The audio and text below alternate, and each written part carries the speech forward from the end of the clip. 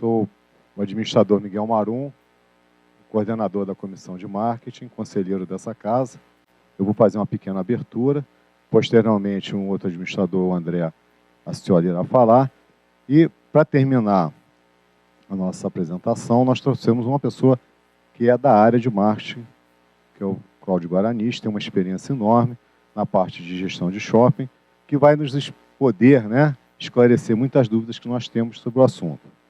E nesse interim, nós vamos fazer um bate-papozinho depois da segunda apresentação. Tá ok? Só vou pedir uma gentileza que vocês desliguem o celular, por motivos óbvios. Bom, por que escolher shopping center, A geração da maioria de vocês já nasceu praticamente no shopping center. Mas isso é algo antigo, que já vem de muitos anos, onde o comércio vem se estendendo desde a época do escambo, que era apenas a troca. E nós fomos descobrir que os primeiros grandes centros comerciais datam do século X a.C. Vocês tinham noção disso? Antes de Cristo já tinha comércio. E se caracterizou pelo Grande Bazar, localizado atualmente no Irã.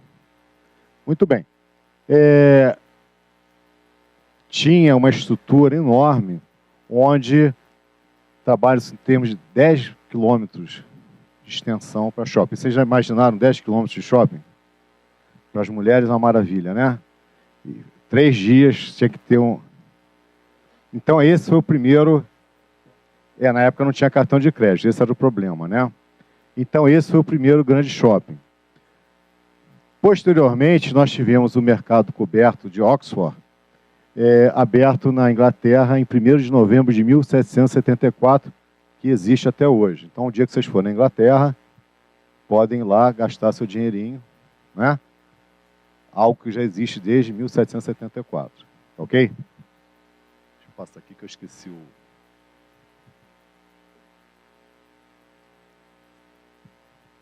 Bom, em 1828, surgiram então os primeiros shopping centers nos Estados Unidos, no estado de Rhode Island, Posteriormente, nós tivemos o Galeria Vittorio Emanuele em Milão, que foi criado em 1860. Então, reparem que vem uma historinha e vamos mudando de países, E, atualmente, o maior shopping é o South China Mall, em Dogon, desculpe que eu não sei chinês, a norte de Hong Kong, que é o maior do mundo, que em breve já vai ser superado por outros shoppings na própria China e nos Emirados Árabes. Ok? Então, só para vocês terem uma ideia desse históricozinho rápido sobre shopping. Paralelo a isso, se utilizava muito as galerias comerciais. Se vocês forem, por exemplo, em Copacabana, tem a Galeria Menescal. Alguém conhece? Que liga a Nossa Senhora de Copacabana a Barata Ribeiro. 1950. Era que se utilizava muito como comércio, uma concentração de lojas embaixo de prédios. Se vocês forem a Juiz de Fora, Minas Gerais, vocês vão ter muitas galerias que ligam as ruas com lojas dentro. E no Rio? Quando é que surgiu o primeiro shopping, vocês sabem? Um grande shopping center? Daqui a pouco eu respondo. Antes do Rio de Janeiro, nós temos que entender o que é um shopping. Shopping é um negócio de varejo. E todo o trabalho que é feito em cima do shopping é para venda. Você tem um quantitativo de pessoas que circulam no shopping com uma estimativa de consumo. Dificilmente alguém vai ao shopping e não compra nada, nem que seja um refrigerante. Atualmente, eu acho que compra-se mais refrigerante e suco do que outra coisa. Mas existe um movimento grande de fluxo de pessoas que induz ao consumo. E o mais interessante de tudo isso é que a gente pode notar justamente nessa atração do cliente. Eu tenho que ter atrativos para que você entre no shopping. Talvez hoje, um dos maiores atrativos que a gente tenha seja a questão não só da facilidade com ar-condicionado e a sensação de segurança. Estou errado? Entre você ir num centro comercial aberto, num calor danado, né? Onde você anda solto com risco maior de ser assaltado, a maioria das pessoas preferem ir num shopping center, pegam um ar-condicionado, tem facilidade para entrar e sair, né? E tem uma sensação maior de segurança. Tá? Muito bem. Toda vez que você vai instalar um shopping center em algum lugar, obviamente deve ser feito um estudo para viabilidade da população que mora no seu entorno, as pessoas que passam próximas, né? E qual a faixa de renda dessas pessoas e de consumo. Eu não vou instalar um shopping na base do eu acho. Eu tenho que planejar e fazer um estudo para isso. Certo, Cláudio? Se estiver errado, falem. Muito bem. Mesmo assim, né, existem alguns shoppings que demoram a ter um ponto de maturidade. O que é o ponto de maturidade? Alguém sabe? Nenhum shopping abre e dá certo de primeira. Nem todas as lojas estão abertas no início, né? Aos poucos, algumas lojas vão ficando, outras não ficam, não se sustentam no shopping por vários motivos, né? E a demanda e pedidos da população que frequenta o shopping vai indicar a necessidade de termos determinadas lojas ou não. Estrategicamente, quando você abre um shopping, você tem as lojas âncoras. O que são as lojas âncoras? São as lojas de grande varejo, né? Por exemplo, Americana, né? Uma loja de roupa, C&A, Líder, Renner. São lojas que vão atrair as pessoas. E essas lojas são colocadas estrategicamente para que você circule no shopping. Obviamente, tendo pontos melhores para venda do que outros, né? E aí o preço do aluguel vai variar em relação a isso também. Não só de tamanho, mas de localização. Tem lojas que você entra no shopping e dá de cara com a loja. O custo é maior. Porque a tendência de venda também é maior. Tá bom? Bom. A conveniência, então, que nós temos de comprar, né, os artigos num único lugar, que gerou, então, né, o início e o sucesso de um shopping center. Tá? Vários centros comerciais, várias lojas de ruas vão perdendo seu espaço justamente pela facilidade do shopping.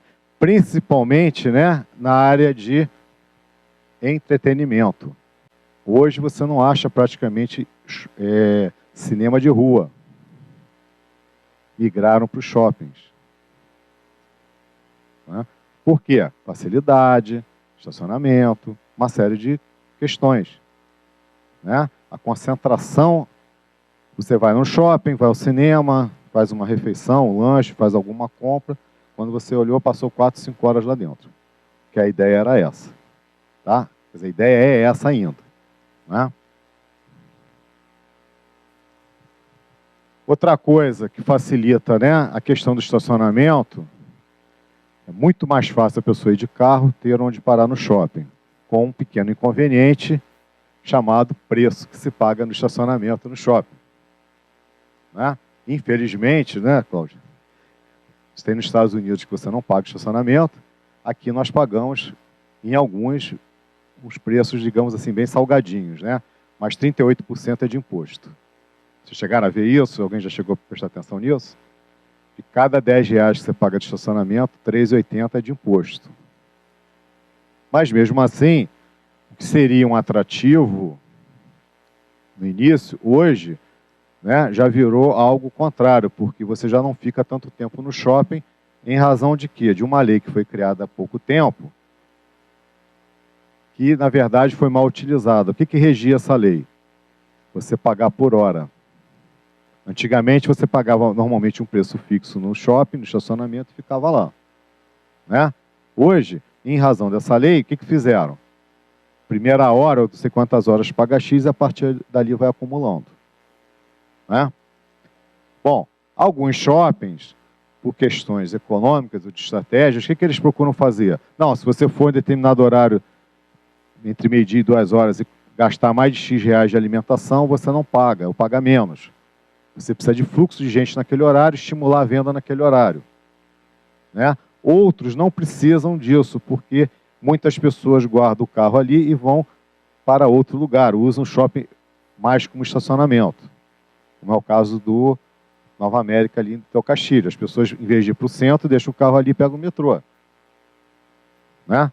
Quer dizer, já virou, na verdade, a utilização como um estacionamento também. Tá? Mais tarde eu vou falar um pouquinho sobre isso. Bom, quem é o dono de um shopping center? Normalmente são grandes investidores que colocam dinheiro e algumas empresas ou gerenciam shoppings ou são proprietárias de shoppings. Né? E como todo investidor, vocês sabem que quando coloca dinheiro, ele vai querer ter retorno. Não é caridade. Né? Bom, o que você encontra ao entrar no shopping? Um lugar limpo, né? Ruas artificiais ou sensação de ruas, né? Onde você possa andar tranquilamente, banco, academia, lugar para bater um papo, fazer um lanche, um barzinho e ficar lá dentro.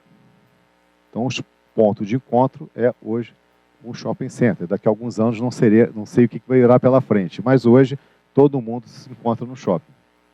Né? Bom, em 1950, nos Estados Unidos, foi verificado justamente, né, a questão do trânsito, chuva, sol, pedintes nas ruas, coisa que vocês não conhecem, né, não tem esse contato, fez com que o modelo americano, vocês sabem que na década de 50 a economia americana pós-guerra cresceu muito, fizesse com que os shoppings alavancassem muito lá dentro. Então, o crescimento dentro dos Estados Unidos com o shopping center foi enorme, né? Com essa junção de dinheiro e comodidade. E aí nós tivemos, em 1966, o primeiro grande shopping center no Brasil, que é o Shopping Iguatemi. Que no início, tá, não deu certo. Por quê? Porque o comércio de rua, principalmente na Rua Augusta, era muito forte. Então, os comerciantes tinham receio de se mudar para o shopping, os comerciantes ficaram em dúvida sobre a viabilidade do negócio e preferiram manter seu negócio na rua. Tudo bem que eu estou falando de 66, né? E aí, o que o Iguatemi teve que fazer? Criar atratividade, para que as pessoas pudessem ir ao shopping. Né? O que tinha no Shopping Iguatemi? Uma loja que vocês não conhecem, a Sears. Alguém já ouviu falar nessa loja? A Sears era uma loja de departamentos que aqui no Rio de Janeiro ficava ali onde é o Botafogo Praia Shopping, né? Vocês conhecem o Botafogo Praia Shopping? Eu chamo de Escada Shopping. Né? Ali era uma loja de departamentos enorme, modelo americano, onde você comprava uma série de coisas e tinha um lema, né? Satisfação garantida, o seu dinheiro de volta, muito antes de se pensar em Código de Defesa do Consumidor. Você comprava um produto, não gostava, eles te devolviam o dinheiro. Por quê? Era uma loja americana. Tá? Eles saíram daqui, né? Bom. E aí o nosso primeiro shopping foi no Meier, que até hoje existe. Vocês conhecem lá o Shopping Meier? O nosso primeiro grande shopping começou no Meier, que temos 60 lojas ainda funcionando normalmente. Até que na década de 80 surgiu o grande modelo caixote chamado Rio Sul, que o nosso palestrante já trabalhou lá há muito tempo. O modelo do Rio Sul era um modelo claustrofóbico, modelo americano. Você não tinha relógio, você não via dia, você perdia a noção do tempo. A ideia era essa. Né? Completamente uma caixa, você não via nada. Então, você rodava dentro do shopping, esquecia da hora e ficava lá comprando, né? Você tinha uma loja âncora enorme, que era a Mesbla, que tinha 3 andares, que hoje é ocupada pela Renner, né? E outras lojas de grande porte que faziam a atratividade do shopping. Tá? Então esse foi o nosso grande shopping que começou em 1980. Posteriormente, foi construído o Barra Shopping na Barra, que eu vou falar daqui a pouquinho. Está ali embaixo, desculpa. O Barra Shopping foi inaugurado em 1981, que era bem menor do que o que tem hoje, muito menor do que tem hoje.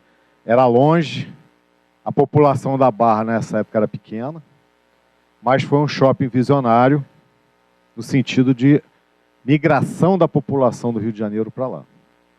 Então já passou por uma série de expansões, né?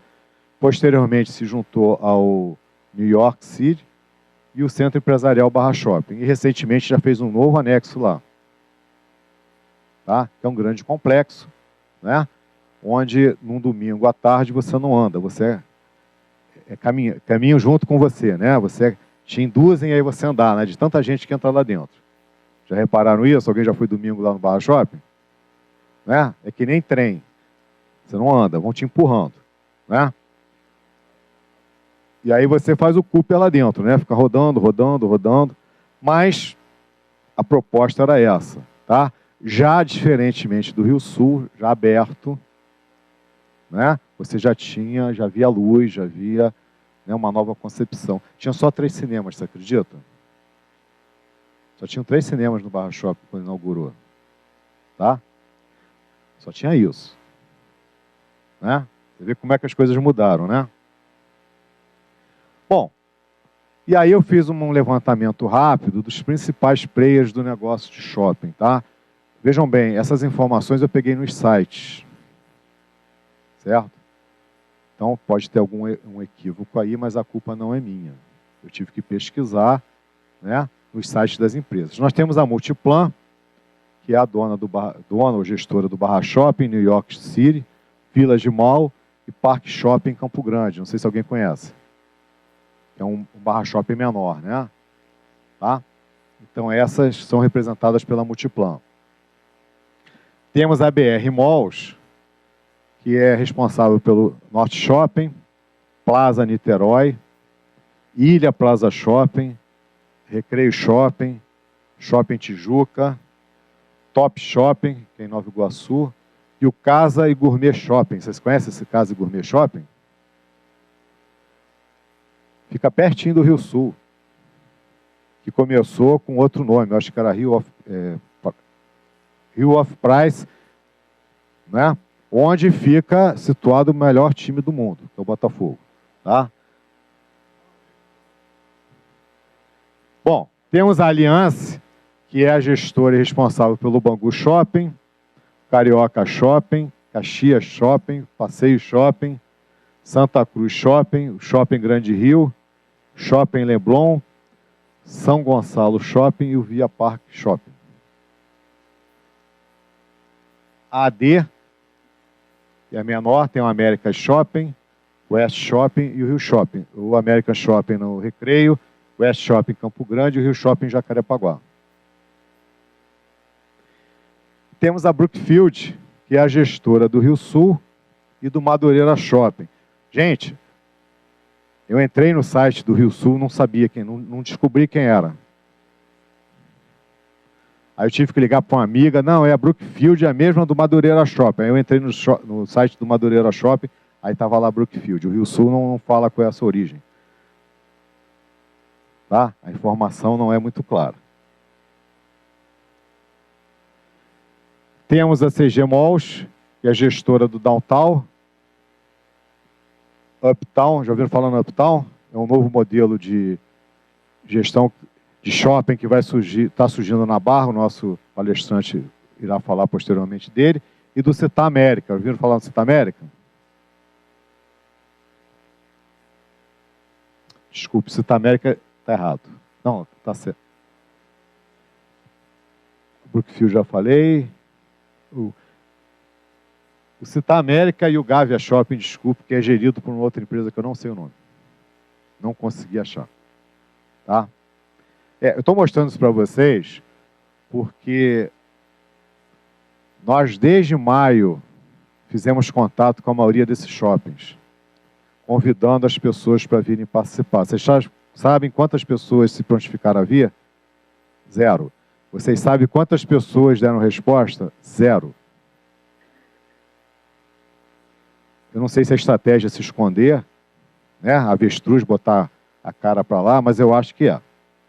Desculpem, é a minha posição, até porque muitas situações que acontecem em shopping, pode ser que vocês não percebam, acontecem, né? E aí você vê que não tem gestão, né? Ou a preocupação da empresa com outras necessidades. Tá? Tem shopping na Barra que abre final de semana estacionamento no subsolo, mas não dá acessibilidade a cadeirantes, a crianças de carrinho de colo, de carrinho. Eu fui lá reclamar por escrito, quando você reclama por escrito, você espera uma resposta por escrita, né? Aí ligam para dizer que estão providenciando. Aí um ano depois você vai lá e reclama, realmente a sua reclamação está aqui. Eu falei, pois é, eu estou esperando a resposta por escrito. Não, estão providenciando. Eu falei, estou imaginando que estão providenciando. Aí a minha opção é não ir nesse lugar, como cliente. Vocês imaginam, né, uma pessoa, vocês podem ter na família, ou conhecido, portador de necessidade especial, um cadeirante, uma pessoa de idade, você chega no shopping e não tem estacionamento, só lá embaixo, que você paga, né? E não tem acesso, escada, você não tem uma rampa, você não tem um elevador, não tem nada. Está aí funcionando livremente. Né? Está aí funcionando livremente. Eu estava comentando com o Cláudio de uma experiência num outro shopping, o segundo subsolo de estacionamento acabou a luz, não tinha luz de emergência. E aí? Você está pagando para ter um estacionamento, para ter segurança, é uma garantia de ir e vir, né? Que está na nossa Constituição. Reclamei no saque, resposta evasiva. Reclamei de novo. Aí perguntei qual era o laudo do bombeiro. Aí comecei a... né? Não, nós temos no no-break, deu defeito. Sempre deu defeito, né, na hora. Impressionante. Gente, vocês têm noção do que é uma escuridão do estacionamento, sem você poder sair porque a cancela também não funciona e não tem ninguém para te abrir? Né? Então, é para a gente pensar um pouquinho. Você vai lá, vai para consumir, mas você quer também uma contrapartida. E muitas das vezes não tem. Né? Infelizmente, o setor de atendimento ao cliente, na maioria desses lugares, é falho. E aí, a nossa briga, por quê? Será que as pessoas que trabalham lá têm capacitação, são preparadas para isso? Né? Fica a dúvida no ar. Né? Por que nós, administradores, levantamos essa questão? Porque a gente tem certeza que, na maioria dos lugares, as gestões não são feitas por profissionais que deveriam ser realmente, deveriam estar ocupando esses lugares. Tá? Mas isso é para a gente refletir. Daqui a pouquinho a gente vai falar mais sobre isso. Bom, até junho, né, eu peguei essa reportagem do Globo de Setembro, que mostram dados da nossa economia. Até julho desse ano, as vendas subiram 3,5%. Tá? Em relação a um ano atrás, aumentaram 50%. Então já se acende uma luz vermelha dentro do shopping. O consumo está caindo. Que tinha uma previsão inicial de 8% da sua verba para utilizar em promoções e eventos. Fluxo de pessoas que vão ao shopping, segundo o IBGE, em relação ao ano passado, caiu 3,3%. Então, menos pessoas estão indo ao shopping e, consequentemente, o consumo está caindo. Né? E aí, os gestores têm esses problemas. Primeiro, a inadimplência. O lojista não consegue pagar. Né? Chega um momento que ele abre a boca, tchau, vou embora. Então, começa a ter loja aberta. A loja, uma loja dentro do shopping é cara. Né? Você paga um condomínio. Então, já começa a sinalizar isso. Tá? E aí a rotatividade de lojas. As lojas vão, entram e saem, porque elas não se sustentam. Então, é outra coisa que a gente trouxe aqui para pensar, é justamente, né, sobre essa questão de que estratégias vão ser utilizadas para que você mantenha um fluxo de pessoas e que consumam dentro do shopping. Principalmente aqueles shoppings mais voltados para a classe C, que é a que mais sente, de início, o aperto financeiro. Né? Então, você talvez não tenha tanta crise no Village Mall, que já é uma classe com mais poder de compra, mas em outros shoppings você já vai ter isso sinalizado. Tá? Uma das estratégias seria aumentar o mix de lojas, quer dizer, quanto maior o mix de lojas que eu tenho, maior será a possibilidade de atrair e reter clientes. Se eu concentro muito em alguns segmentos, as pessoas podem optar pelos concorrentes. Tá? E o que as pessoas estão procurando no shopping? Bom serviço, né? Um preço relativamente justo em relação ao que você paga lá, e principalmente sensação de segurança. Eu coloco o termo sensação aí, porque vocês devem ter visto semana passada ou retrasada, teve um assalto no West Shopping que uma pessoa morreu, né? Todo shopping center, principalmente que tem relogeria, joalheria, né? Você está mais propenso a ter assaltos, né? É algo a ser pensado. Fora deve ter batedor de carteira, uma série de outras coisas lá dentro que eu desconheço. Mas a gente entra lá achando que está tudo bem. Tá? Não está tão tudo bem assim. Né? Ninguém está livre de um maluco puxar a arma e sair dando tiro ou fazer um assalto, como recentemente aconteceu isso lá. E a outra questão do estacionamento que eu já abordei com vocês, né? Que hoje virou, na verdade, dá uma rentabilidade muito grande ao shopping. O que seria um atrativo virou a rentabilidade. Né? Quer dizer, você tem ali um fluxo de pessoas indo. Vocês vão ver agora no Natal, aquele multidão de gente no shopping. Não vão tanto quanto no aniversário do Guanabara, provavelmente, né?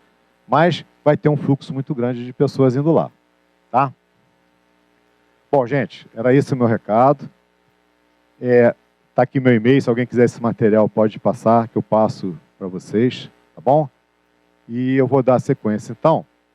Eu só fui fazer essa abertura e vou passar para o nosso segundo palestrante. E ao final da segunda palestra, então a gente vai fazer um debatezinho e se vocês tiverem perguntas a fazer, vocês podem se manifestar. Tá ok? Então, gente, muito obrigado aí.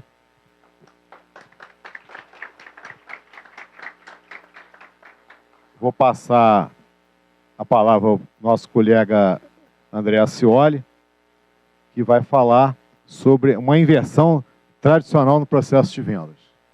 Cadê o nosso... Só um minutinho aí. Obrigado. Pessoal, bom dia, bom dia. Só esperar para projetar ali a apresentação da gente.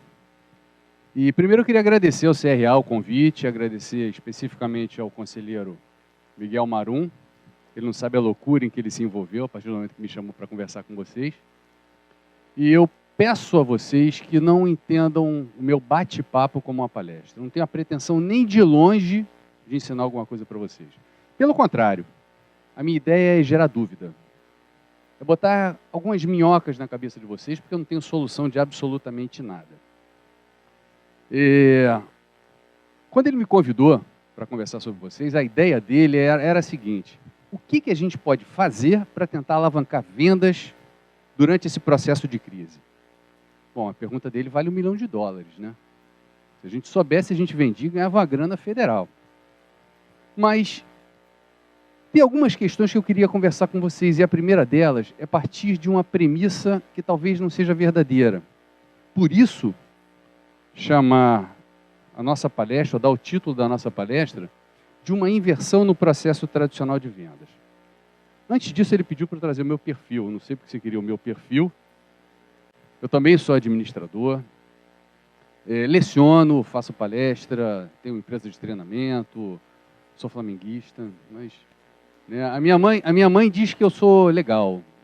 né? Meus filhos dizem que eu sou um super-homem e a minha mulher me acha um chato. Então, o meu perfil não difere muito dos grandes homens que estão aqui presentes. Mas vamos lá, por que esse processo de vendas, que eu estou chamando tão enfaticamente de alguma coisa que a gente tem que inverter, ele chama tanto a nossa atenção?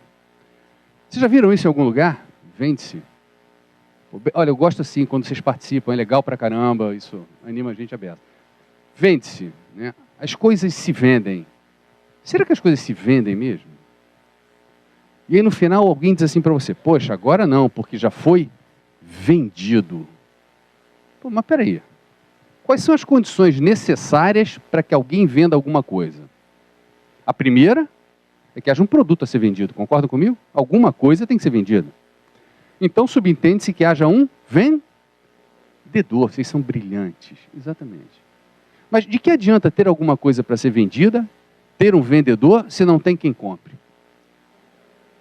Então talvez a gente pudesse inverter esse processo e dizer o seguinte, será que vender é tão mais importante do que comprar? Pô, então eu não tenho que ficar pensando em vender. Eu tenho que ficar pensando em fazer comprar. E aí a coisa é bem diferente dessa história que a gente está batendo papo.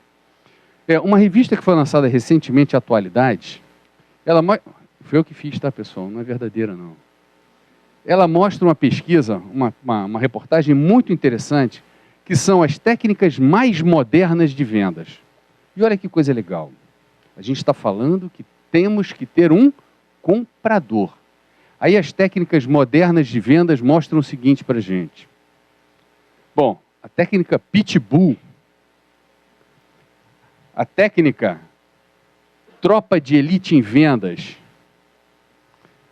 a técnica Pé na Porta e a técnica Vendedor MMA, o campeão.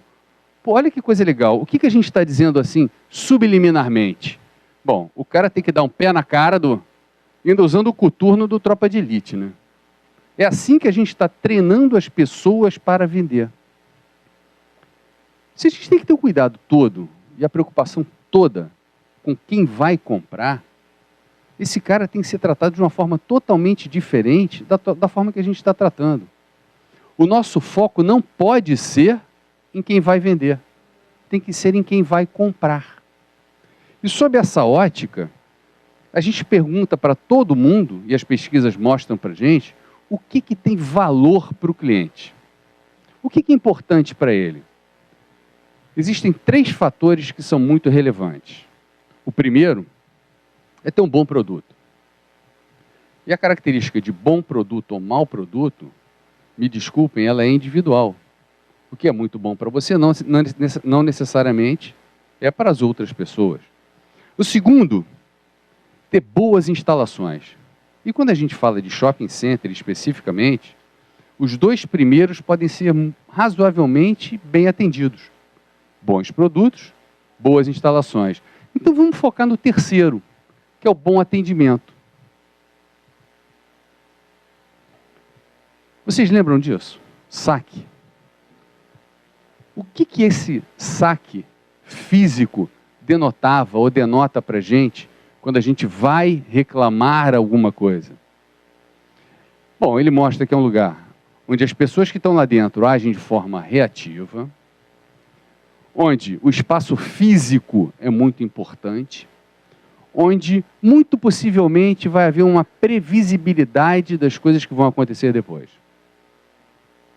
É como se a gente estivesse razoavelmente parado no tempo. Eu estou aqui à sua disposição. Se você quiser vir, você vem. Se você não quiser também, um abraço. Só que o saque tem que mudar, né? O saque está na sua mão hoje. Esse saque que você tem, ou essa facilidade que você deve ter, ele subentende uma proatividade. Eu estou o tempo inteiro te perguntando, interagindo com você. Onipresença, porque você carrega o saque no seu bolso, de todas as lojas que você conhece, de todos os pontos de venda do mundo. E você gera uma resposta muito mais ágil, nem sempre previsível. Por quê? Porque o foco está sendo invertido. Eu não estou preocupado no que eu estou te vendendo. Eu estou preocupado em você estar sendo bem atendido pelo que você comprou. E eu trago para a gente rever essa mudança da reatividade para proatividade que hoje nós todos, viciados em celulares, em tecnologia, com certeza temos e trazemos conosco, mas que talvez ainda não esteja sendo muito bem explorado por esse mercado que a gente tem, onde as pessoas transferem bens umas para as outras. Por que eu digo isso? Olha só. Junho de 2014, essa pesquisa. O que ela diz para a gente? Que o número de usuários ativos em redes sociais, eu estou falando no Brasil, é de 92 milhões de pessoas. 92 milhões, redes sociais. Qual é esse percentual em relação à população? 45%. Legal. De um modo geral, as empresas, os prestadores de serviços, aqueles fornecedores de bens, eles já estão presentes na internet. Já estão presentes nas redes sociais. Mas será que essa presença está sendo efetiva? Será que essa presença não está sendo um pouquinho do balcão do saque, um tanto reativa? Vocês já pararam para ver que o que é legal para as empresas é que você vá até a página dela e curta a sua página? Esse é o valor que o consumidor tem para essa empresa? O que ela faz em troca? Como que ela te cativa ou como ela te leva a chegar até essa página? Continua sendo uma visão reativa. Vamos agora para os celulares. Número de usuários ativos em redes sociais. 68 milhões acessam redes sociais através do celular. Olha a pergunta idiota. Quem aqui não tem celular? Todos temos. Quem aqui não acessa a rede social pelo celular? Todos acessamos. Então a gente está dentro dos 68 milhões de pessoas que acessam as suas redes sociais ou que usam seus celulares não só para a atividade fim que ele tem, que é falar e receber, emitir e receber ligações. Mas quando a gente consegue falar dos celulares, e esse percentual está ali, 34% de toda a população. Mas quando a gente usa o celular para receber e enviar mensagens instantâneas, esse número passa a ser um pouquinho diferente. Desses 34% de toda a população, 74% usam seus celulares para fazer contatos através de mensagens instantâneas. Pô, André, e o que você está querendo dizer com isso? Eu estou querendo dizer o seguinte: a gente tem que começar a prestar muita atenção na capacidade que a gente tem de levar a informação uns para os outros, de uma forma ativa. Não é esperar que nós, empresas, ou nós, lojas, ou nós, vendedores, tenhamos que responder aos contatos do nosso vendedor. Pelo contrário, a gente tem que agir proativamente, a gente tem que incentivar esse contato. Então, o que as redes sociais mostram para a gente hoje? Primeiro, as redes sociais. Está ali, 79% de 70 milhões de brasileiros usam as redes sociais. Já falei isso antes, não é novidade para ninguém. As redes sociais trazem credibilidade. As pessoas acreditam muito mais num comentário feito por qualquer internauta do que um anúncio feito na televisão. Quantos de nós já não deixamos de comprar algum produto porque vimos lá, em alguns lugares específicos, uma quantidade grande de reclamações a respeito de algum produto? Ou que um internauta, amigo nosso, do nosso grupo, nem tão fechado assim, disse: olha, não compre nessa loja ou não compre esse produto. Então, o poder que a gente tem de confiar uns nos outros através das nossas redes sociais, ele é enorme. Rede social gera baixo custo, é barato para todo mundo. As empresas não gastam grandes dinheiros investindo em redes sociais. O retorno da informação acontece facilmente, porque uma vez que você posta alguma coisa, seja a empresa, seja outro participante da mesma rede, automaticamente responde. É quase que real time. Você consegue falar com as pessoas na hora em que elas efetivamente esperam uma resposta, não muito tempo depois. E qualquer informação acaba sendo viralizada. Como eu disse antes, grande parte das empresas já estão nas redes sociais. Será que elas estão fazendo isso tudo do jeito certo? No momento de crise, né, é o momento em que a gente começa a repensar tudo que até então a gente achava confortável. É quando começam a sacudir a nossa cadeira e tirar a gente da zona de conforto. Com dinheiro tudo é fácil, né? Quando todo mundo está ganhando muito dinheiro, ninguém se preocupa em fechar as torneiras ou ver para que ralo está indo o excesso de desperdício que a gente tem. Mas nesse momento a coisa fica muito mais complicada. Rede social, ok.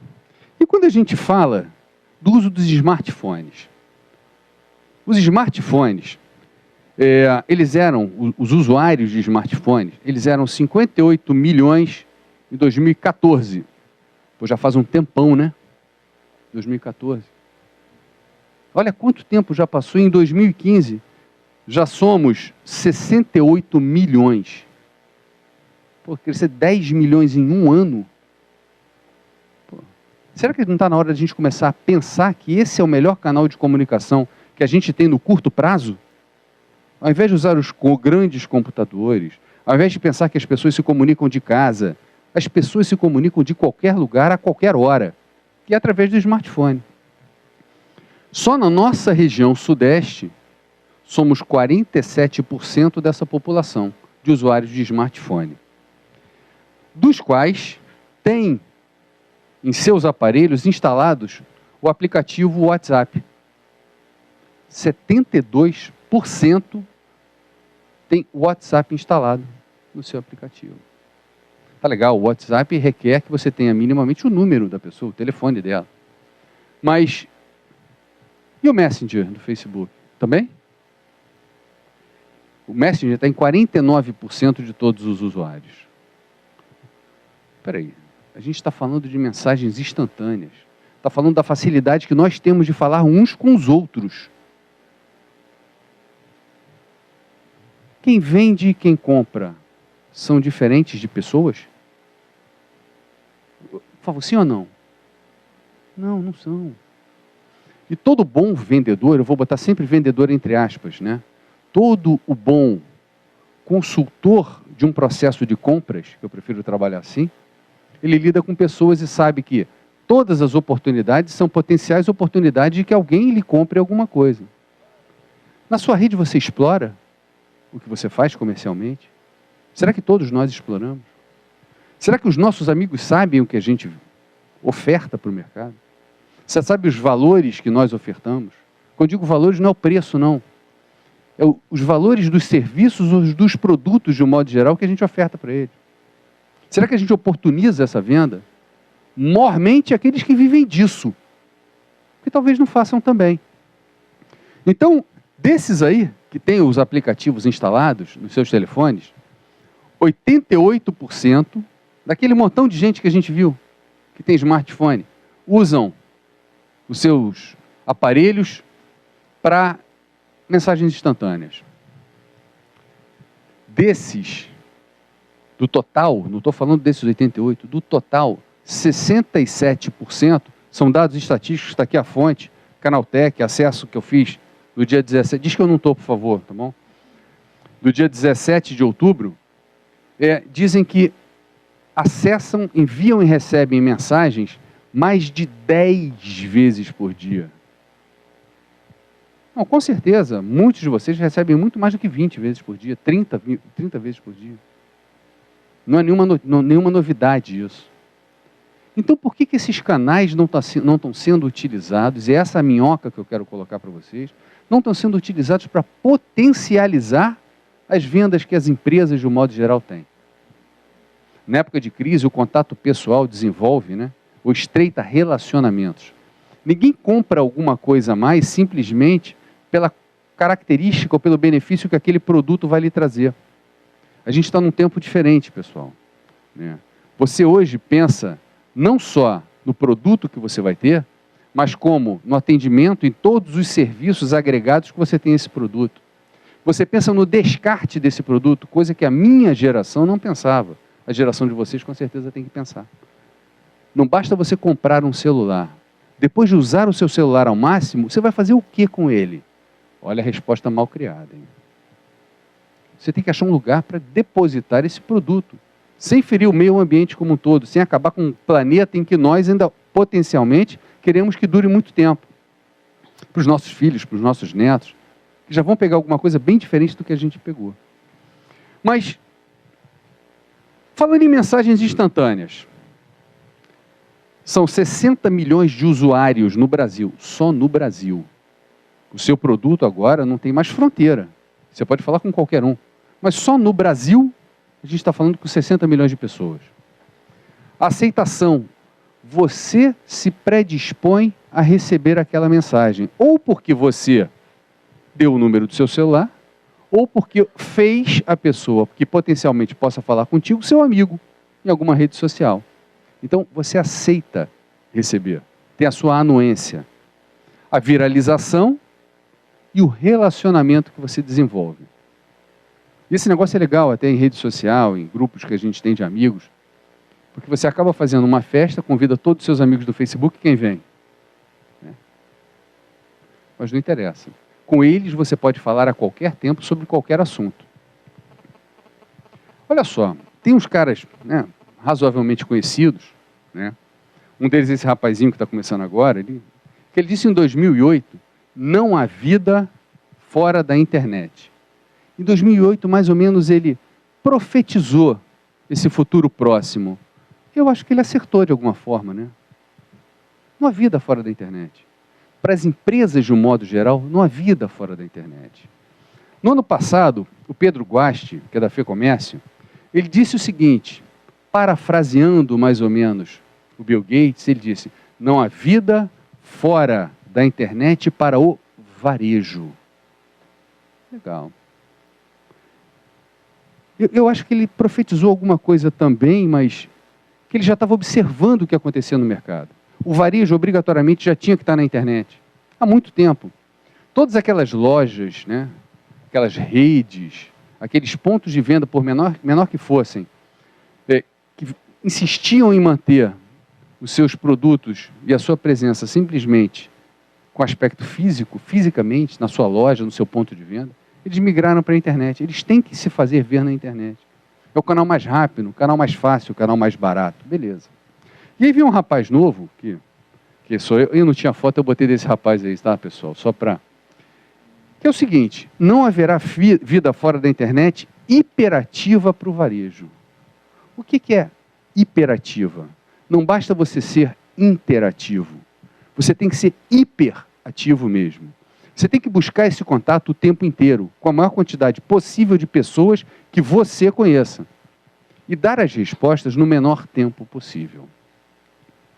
Assim a gente vai conseguir fazer com que essa crise, que olha, essa crise que a gente tem hoje, é apenas um sinal de algumas crises que nós ainda passaremos. Não necessariamente por uma economia difícil que o nosso país esteja passando, mas por um aumento de concorrência, por uma maior conscientização dos nossos consumidores, pela maior presença de empresas de fora no nosso mercado. Então essa crise, que hoje a gente chama de crise que a gente está passando, ela vai existir de outras formas ao longo do tempo. E as soluções a gente tem que achar. Pessoal, eu coloco o meu contato aí para vocês. Não tomem nada do que eu falei como verdade. Pesquisem, questionem, mas por favor não esqueçam do que eu falei.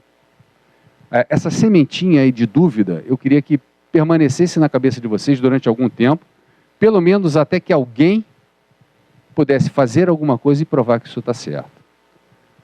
Um abraço, vão com Deus e eu estou à disposição para quaisquer perguntas que vocês tenham.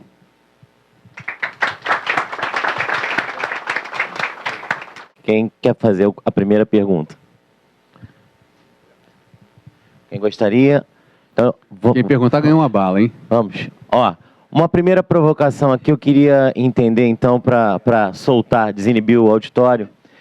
O professor Miguel fala sobre os shoppings, né? Sobre o varejo, como isso se desenvolveu ao longo dos tempos. E depois a gente tem uma palestra, eu vou te chamar de Acioli, porque a minha família é Acioli também, eu não sou nem seu parente, mas eu gostei do nome, não sei porquê, tem brilho no seu nome. E eu queria entender o seguinte, não há vida sem internet e os shoppings, alguns ainda não estão na internet, o Miguel comenta isso, quer dizer, eu trago a ideia de que eles ainda não despertaram para isso. Eu queria saber, já que o nosso evento aborda diretamente a questão do shopping, a gente fala de internet, não há vida sem essa interação, sem essa proatividade ou hiperatividade, como você fala, e o Miguel tenta contato com esses shoppings, que é o motivo do nosso evento, e eles ainda não respondem, eles não estão nem proativos ainda. A primeira pergunta. Vamos lá. A internet, o e-commerce há anos vem crescendo, né, de forma exponencial, isso aí é um fato. Só que muitas pessoas gostam do contato pessoal, da venda, né? O comércio, a saída para você comprar alguma coisa. Em alguns casos é um passeio familiar, em outros é amiga que vai com a colega para fazer uma compra, né? Isso você não vai deixar de ter, né?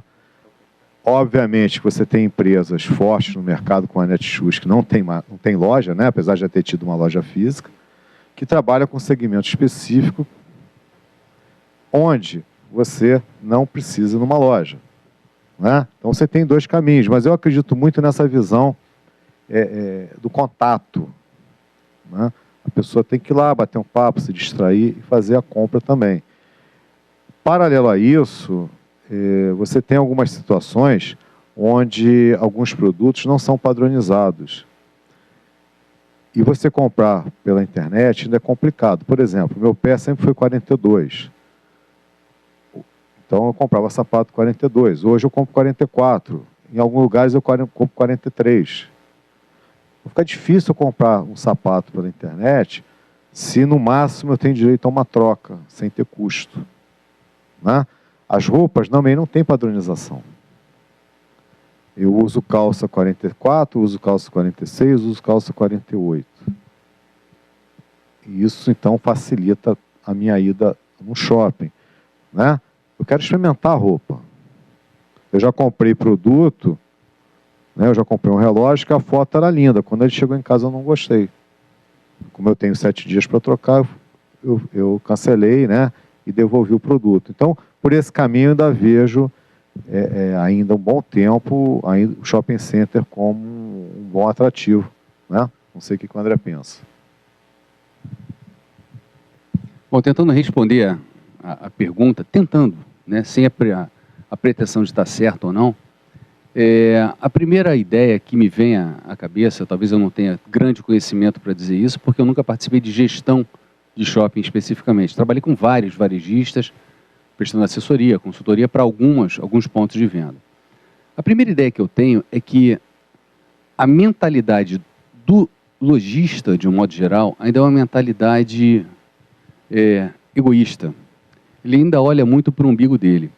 É como se ele estivesse numa rua com várias lojas, só que como se fosse lado a lado, cada um cuidando do seu arroz com feijão. E o shopping pelo menos ele tem a ideia, e traz dentro conceitualmente a ideia, de que ali existe uma, entre aspas, comunidade de lojas, onde todos podem se ajudar mutuamente. Mas isso não acontece. Em você não tendo essa ideia centrada na própria cabeça dos lojistas, de fazer a força para fazer a diferença, cada um cuida do seu quinhão, por isso cada loja tem a sua participação na internet, cada loja tenta desenvolver a sua rede social, e cabe ao shopping tão somente, e infelizmente, o papel de ser um catálogo das lojas que eventualmente por lá passam. Então, enquanto não houver essa união, e quando eu digo união, é a união mesmo dos lojistas, para fazer com que aquele lugar seja um lugar onde as pessoas queiram ir, não só para usufruir do conforto, da boa infraestrutura, eventualmente do bom atendimento das lojas para consumir produtos de qualidade, os consumidores possam ir também para se entreter de outras formas, com promoções mútuas, com processos de entretenimento de várias outras lojas, não só dos cinemas e dos pontos de entretenimento que você tem. Então, eu acho que a presença dos shoppings na internet está muito restrita ainda por conta dessa falta de união dos próprios lojistas.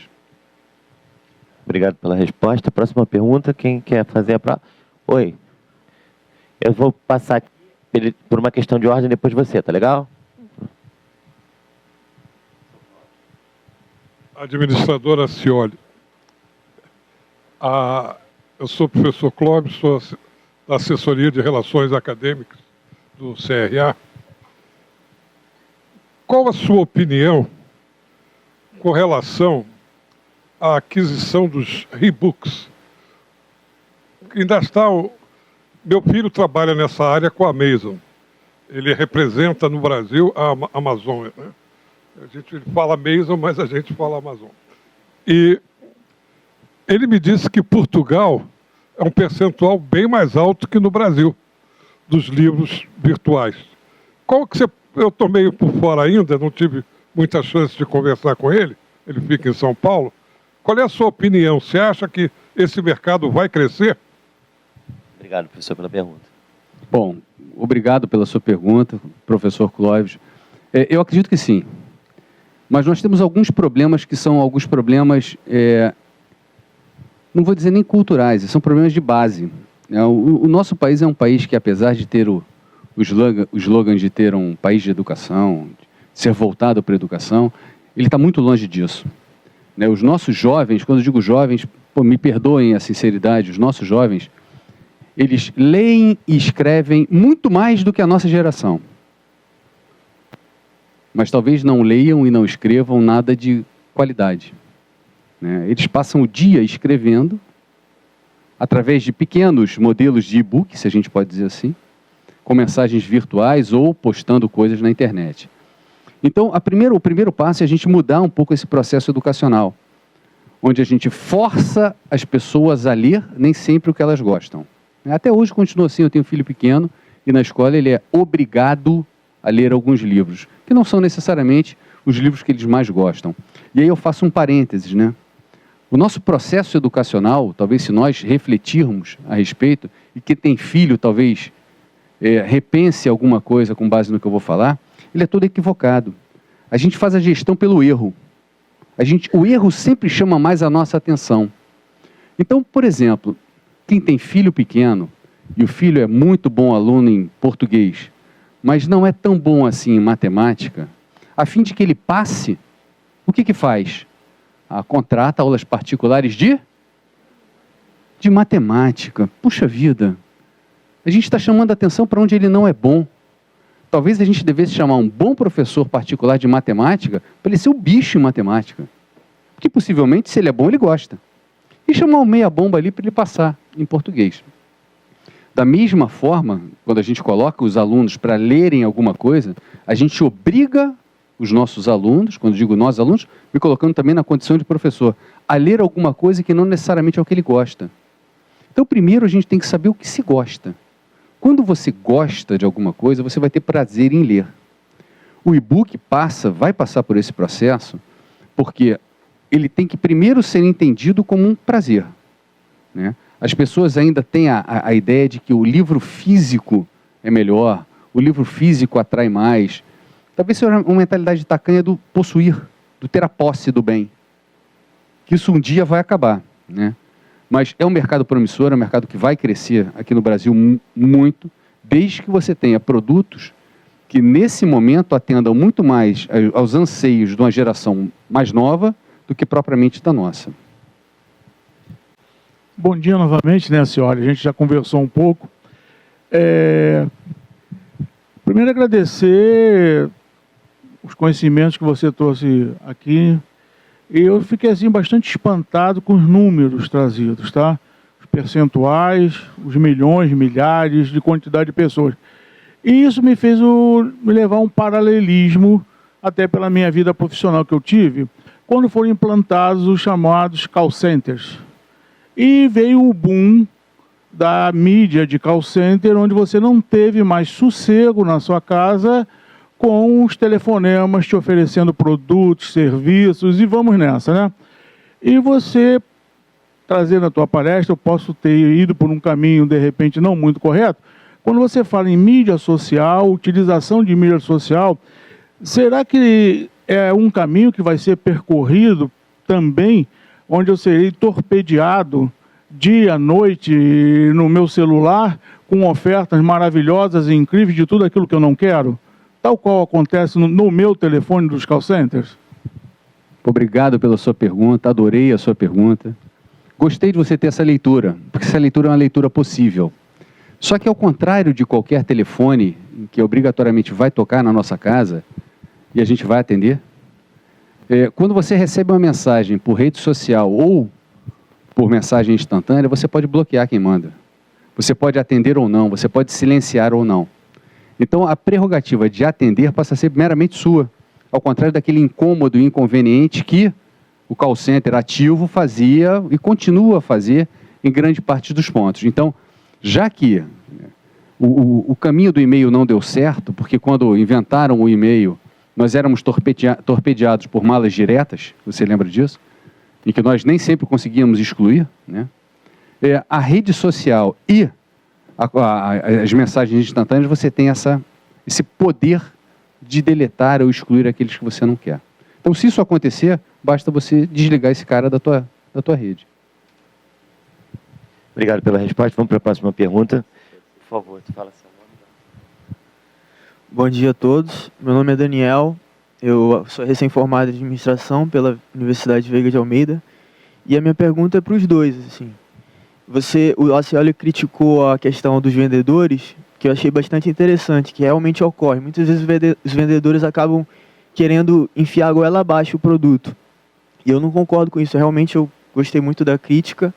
Só que a minha pergunta é que você não acha que os compradores também muitas vezes acabam sendo muito negligentes, não reclamando, não...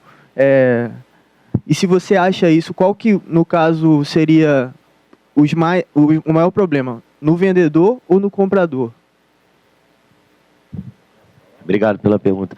Só acrescentando um dado importante do PROCON, 95% das pessoas, dado de 2013, 95% das pessoas que compram um produto com defeito não reclamam. Só 5% reclamam. Eu Você é o campeão, é o primeiro lugar. Eu vou começar, vai dar outro evento. Eu vou começar a responder. Eu já trabalhei muito tempo com venda, né? E tem vendedor que efetivamente é vendedor, está vendedor, mas não é vendedor. Está desempregado, está precisando de dinheiro, então ele não sabe abordar um cliente, identificar o que ele necessita, e muitas das vezes espanta a venda, né? Ou pré-julga a pessoa que entra, né? O cara parte do princípio, se a pessoa está de terno, tem dinheiro, se está de chinelo e bermuda, não tem dinheiro. Estou te falando que já aconteceu muito comigo isso, tá?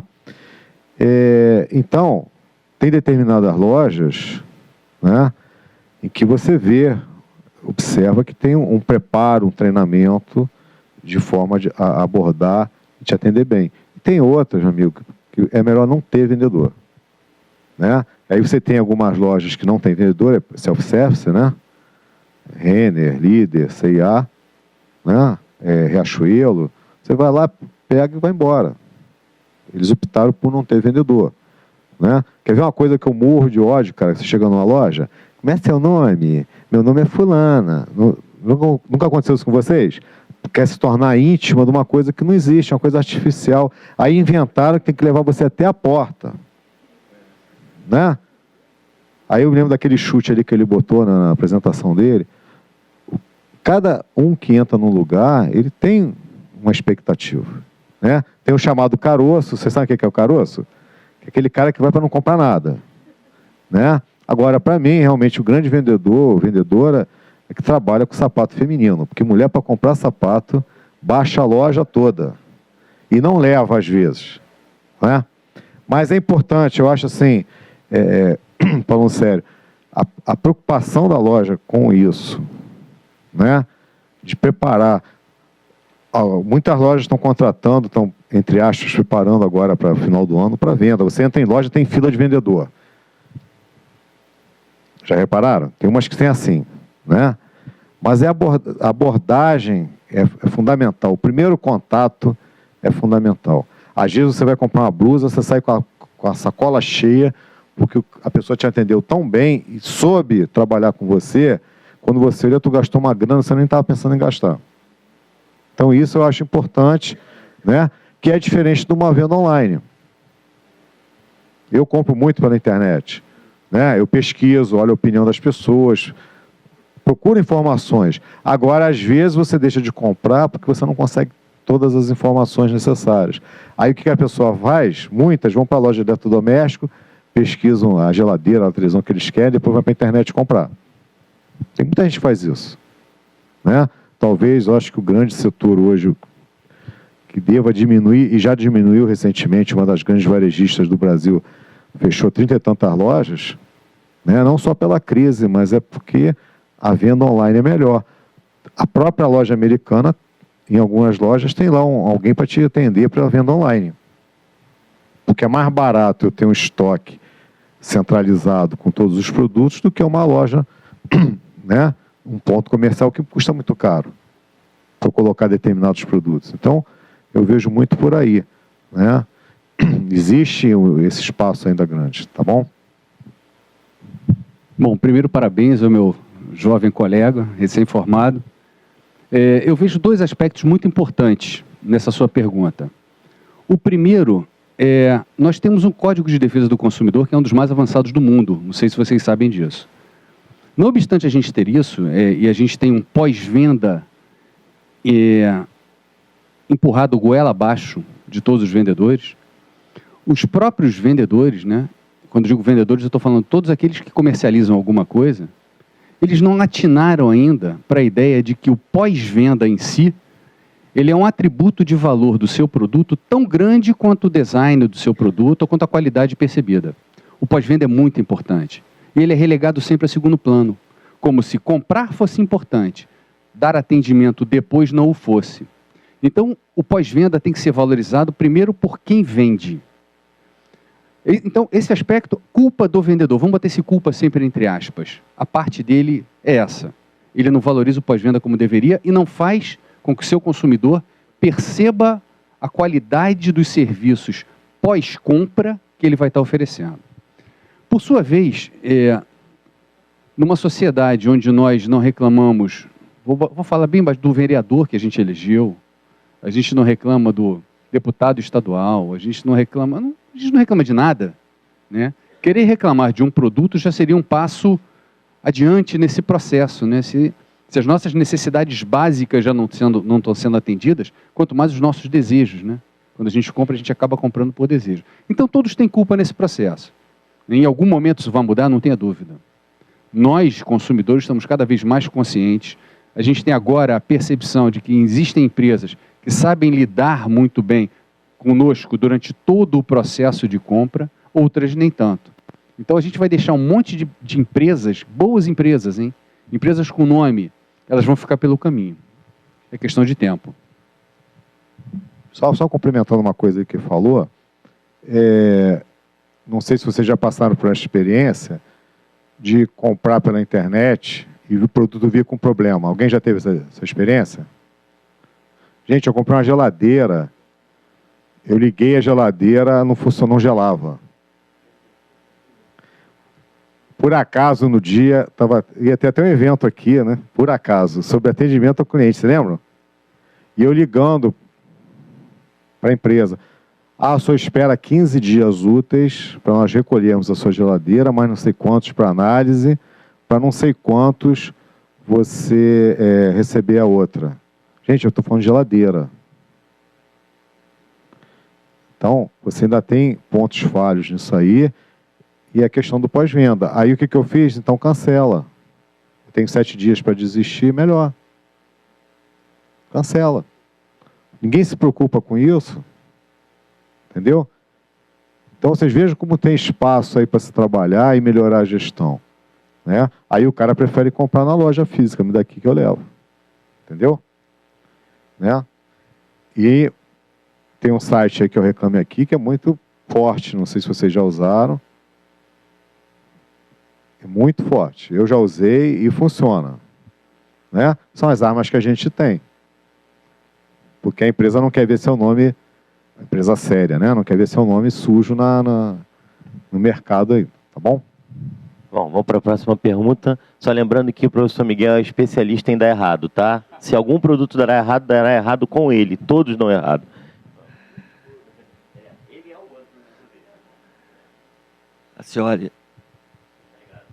Acioli, parabéns, né, professor Ricardo Machado, administrador, professor, e agradecimento duplo pelo aprendizado da tua palestra e pelo teu comentário. Não vou deixar de destacar sobre a leitura, né?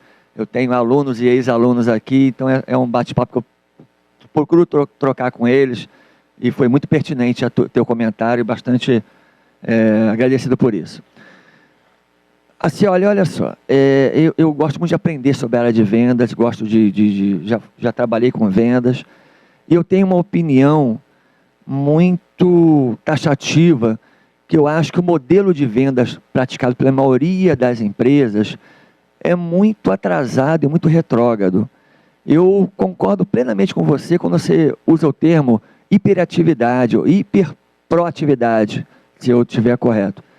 E eu queria te perguntar, por que a maioria dos modelos, na minha percepção, você pode trazer alguma coisa até para eu mudar a minha visão, é tão lento assim? Coisa do tipo, eu comentava com meus alunos, o telefone já tinha deixado de ser patrimônio de imposto de renda, ou seja, já havia sido democratizado, o número de linhas no Brasil já era mais do que satisfatório, e algumas empresas estavam ainda entrando, alguns grandes varejos, ou você está a Ponto Frio, aqui a regional Casa e Vídeo, ainda estava entrando na época do telemarketing ainda.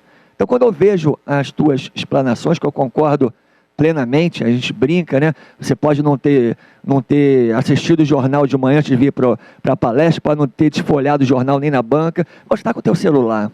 Então, se eu estiver errado, você me ajuda a eu ter uma nova visão. Por que o modelo de varejo, que envolve tantos milhões, um volume de emprego econômico importantíssimo, na minha visão, costuma ser muito lento nesse processo, a ponto de eu achar que alguns conceitos que você colocou ali, que eu concordo plenamente, para alguns segmentos é quase que utópico, até chegar a esse nível. Bom, professor Ricardo, muito obrigado aí pela pergunta, pelos elogios. Longe de mim discordar de você, pelo amor de Deus. Eu acho que a sua visão está perfeita. Mas o que eu vou falar é achismo. Eu não tenho nenhum dado que possa comprovar o que eu vou lhe responder agora. É percepção, mera percepção. Talvez o primeiro fator seja o processo burocrático que se tem em abrir qualquer coisa para começar a vender. Então, você mudar o modus operandi que você tem hoje é alguma coisa que sai muito caro. Esse é o primeiro fator. O segundo, a tradição que nós temos em vender dessa forma. Tudo que deu certo até agora, vai dar certo no futuro. E a gente se esquece, né, que o sucesso do passado não garante o sucesso do futuro. E o terceiro é a própria visão que o nosso consumidor tem de comprar, né? Nós ainda estamos numa época, e não faz tanto tempo assim, vocês, os mais novos talvez não se lembrem, mas nós tivemos um presidente, né, em 1992, que disse o seguinte: aqui fabricam-se carroças, porque nós comprávamos quaisquer automóveis. Aquilo que nos era oferecido, nós comprávamos. E felizes da vida em ter uma, entre aspas, carroça. Vocês lembram disso? Os mais, assim, que têm um pouquinho mais de experiência, vão lembrar isso muito bem. Então, nós ainda não estamos acostumados a ter o poder que nós temos. A partir do momento que nós começamos a reivindicar, nós consumidores, reivindicar processos diferenciados, atendimento diferenciado, e se você parar para pensar, uma característica de qualquer produto, qualquer bem, era a sua característica de ser padronizado, né? A característica do bem é essa, ser igual para todo mundo. Hoje isso não existe. Na medida do possível, você vai ter um carro fabricado igualzinho aos outros, mas transformado para a sua conveniência. Então, a gente está num processo de customização dos bens e padronização dos serviços, exatamente para evitar essas nuances, essas divergências. Os nossos processos são atrasados, os nossos processos são retrógrados, mas frutos da cultura, da educação e ainda da falta de visão que nós temos do nosso poder de compra. Minha opinião, não tenho nenhum dado que comprove. Obrigado. Quem tem que fazer pergunta? Vou passar para vocês. Próximo inscrito. Bom dia, meu nome é Cleide. Eu faço gestão de RH na Uniabel. E eu vejo que ainda há muita resistência nesse processo de compras online. Algumas pessoas têm muito medo. Eu mesma já tive problema com a compra pessoal. Eu fui à loja, comprei um produto e recebi outro. A questão não está na... Eu vejo que o problema está mais na falta da gestão, do respeito ao consumidor, do que no modo da compra? Senhora. Vamos lá, Cris. Olha só. Obrigado pela tua pergunta. Existe ainda alguma resistência em comprar pela internet, sim. Mas eu acho que isso é um processo, né? Muita gente que não comprava pela internet, hoje compra. Na medida que você tenha confiança naquele canal, você vai passar a comprar. E é um canal seguro, né? É um canal seguro. Você tem riscos como qualquer processo de compra, seja ele físico ou não, você vai incorrer. Então, eu acredito que essa ideia de estar com pessoas... Eu, por exemplo, adoro gente. Então, eu não consigo fazer outra coisa senão lidar com pessoas. Adoro gente. Eu acho que isso favorece. Mas você pode lidar com pessoas também sem necessariamente estar de frente para elas. As vendas pela internet ainda carecem de um atendimento mais personalizado. Como que é isso? Bom, você entra em determinadas lojas para fazer algumas perguntas e você depara com atendente eletrônica. Pô, peraí, cara. Essa atendente no final ainda pergunta para você: eu respondi a sua pergunta? Não. Em que posso lhe ajudar? Pô, em nada. Aí você se dá o trabalho de ligar para lá para perceber. Quando você tem um canal de atendimento, você tem que fazer com que aquele canal seja efetivo. Aquele canal possa responder, de fato, a todas as hipóteses que até então você conhece. Por isso, muitas empresas colocam os seus canais e, para ganhar tempo, reduzir esforços e custos, de um modo geral, colocam lá os FAQs, né? Aquelas perguntas que são mais frequentes e as respectivas respostas. O nosso processo de venda pela internet, ele é seguro, mas ele ainda carece desse atendimento, de você conseguir falar com alguém. Visão, respondi a sua pergunta? Faltou alguma coisa? Eu acho que eu não me expressei mal. Eu confio hoje mais na compra online do que na loja. O problema que eu tive foi justamente na loja. Eu comprei na loja, recebi errado. Quando muitas vezes que eu comprei online, eu nunca tive problemas. Então eu identifico o problema que não é o modo de compra. É a cultura de falta de respeito mesmo do consumidor, seja ela online ou presencial. Se não houver essa gestão, essa cultura de respeito ao consumidor, o problema vai acontecer de qualquer forma. Problema de erros. Cleide, olha só complementar. Eu Perfeito, entendi obrigado. A sua pergunta? Não, eu entendi. Não, agora eu entendi. Olha só, deixa eu falar uma coisa. Olha, me perdoe, eu sou uma característica ruim que eu tenho, eu sou sincero demais. Mas olha, mais uma vez a gente chamando a atenção pelo nosso erro, pelo equívoco, pela exceção. Administrador não gerencia pela exceção, gerencia pela regra. Em quantas compras que você fez, seja presenciais ou online, as coisas deram certo? Pô, com certeza é a grande maioria. Chama-nos a atenção apenas aquele que deu errado. Isso vai acontecer. Mesmo em qualquer linha de produção de produtos padronizados, você vai ter aquele refúgio, aquela peça que está fora dos padrões estabelecidos. Você vai tirar. Então, nesse momento, ainda atende isso, passa por ver isso como exceção. A regra é que todos sejam bem atendidos, que os produtos sejam entregues de forma a atender às suas necessidades e expectativas. Só te dar um exemplo. Você conhece a Casa Bahia, né? A Casa Bahia, o seu fundador, né, o Samuel Klein, nós chegou a ter a maior frota de caminhões do Brasil. Sabia disso? Era praticamente a única empresa do segmento que entregava a frota própria os seus produtos. Porque na visão dele, a venda só terminava quando o produto chegava na casa do cliente. Tá? Porque ele tinha essa preocupação, né? Isso já só na venda direta, sem internet, entendeu? Sem pós-venda.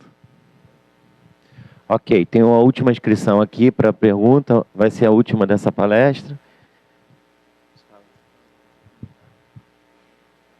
Bom dia, meu nome é Lariane. Bom dia, meu nome é Lariane, eu sou aluna do curso técnico em administração de Pinheiral, com a professora Rosemary. E eu trabalho com logística para o e-commerce. E aí eu queria saber, né, porque em muitos momentos nós temos uma greve dos Correios, né, que ocorrem em diversos lugares. E aí até que ponto o senhor acha que essa greve pode afetar o relacionamento do cliente, né, com as lojas online?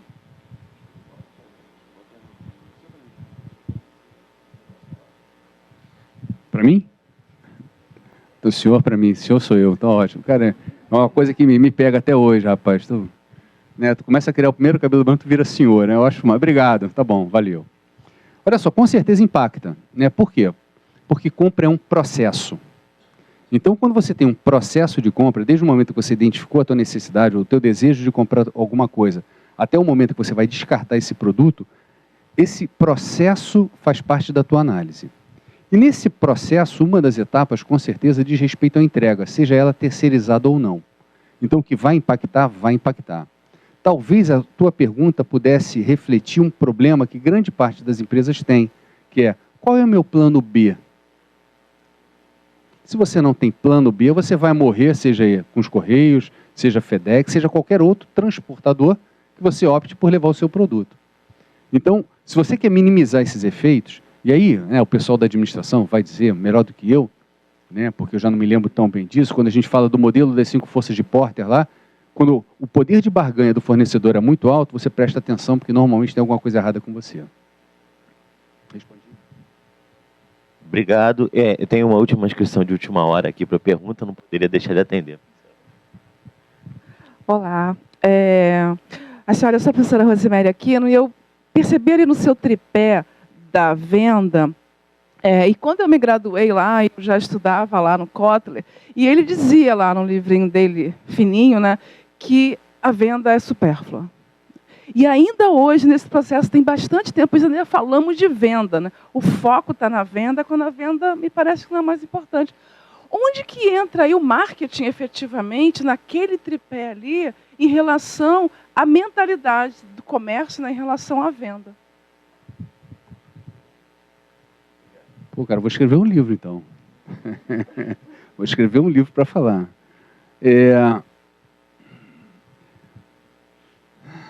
O que se vende mais? Se vende mais a ideia de que se vende ou se vende mais a ideia do que se compra? O que é socialmente mais correto? Dizer que eu estou à sua disposição para vender o que você quer ou eu incentivar você a consumir o que eu acho que você deve? Então, talvez por isso a gente ainda não tenha conseguido mudar a leitura de grande parte que o mercado tem a respeito dessa situação. Talvez o marketing ainda não possa atuar de uma forma socialmente, politicamente correta para poder mudar esse processo.